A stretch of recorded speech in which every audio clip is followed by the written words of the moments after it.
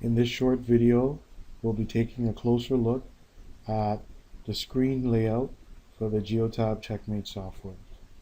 Once you've logged into the system, you will notice that you'll be provided with a few tabs on the left-hand side of your screen. The very first tab is your Getting Started and Help section. This particular section will provide you with whatever information you require with respect to setting up your device as well as setting up the software. The second tab that we're looking at is your Summary tab. Basically, this displays reports. The reports were converted into a graph form, which is displayed in the Summary tab.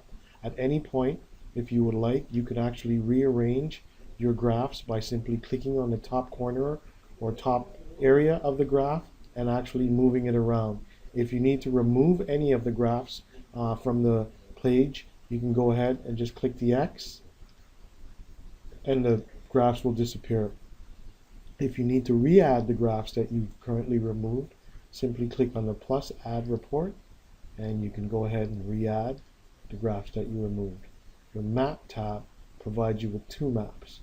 Your live map, which you can view your vehicles in real time, as well as your trip history map, which allows you to provide a playback for all your vehicles.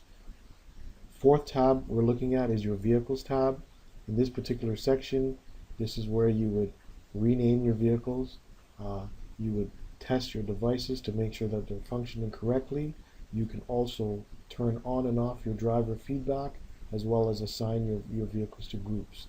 In the activity tab, you're provided with a few your risk management, which is a report, your speed profile, which is basically a graph that shows wherever a speed violation has been committed, you can actually view that speed in a graph form. Your driver congregation simply is a tool that allows you to be able to capture when your vehicles are congregated in a small area for a very long period of time. Your work time is basically scheduling your vehicles, putting your vehicles on a work time schedule.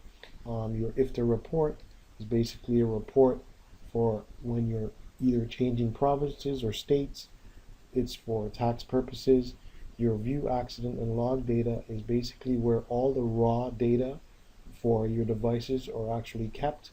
You can view this for many different reasons. We will get into that in other videos. The next tab we'll be looking at is your engine and maintenance. The first sub-tab in the engine and maintenance section is your engine data. This will provide you with errors pertaining to your vehicle, as well as errors pertaining to the device. Your fuel report, this particular report is currently in a beta phase. What this does is it will capture your fuel usage based on trips.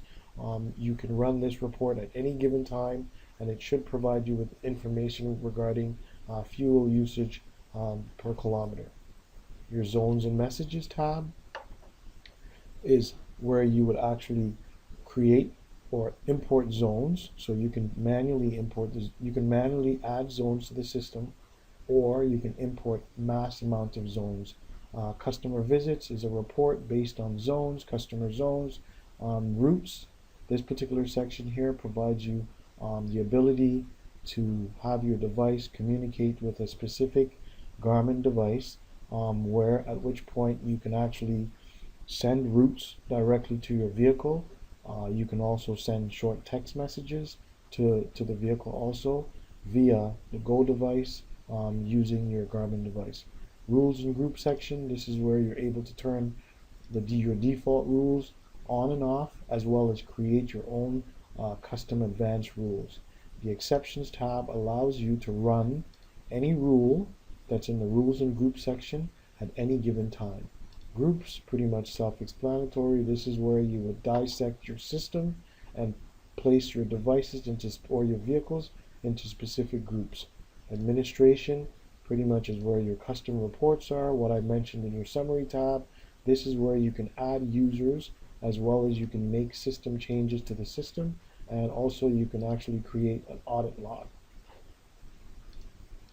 Thank you for taking the time out to watch this short video. If you encounter any problems regarding the device or the software, please do not hesitate to call us at this number provided or the email address provided. Have yourself a great day.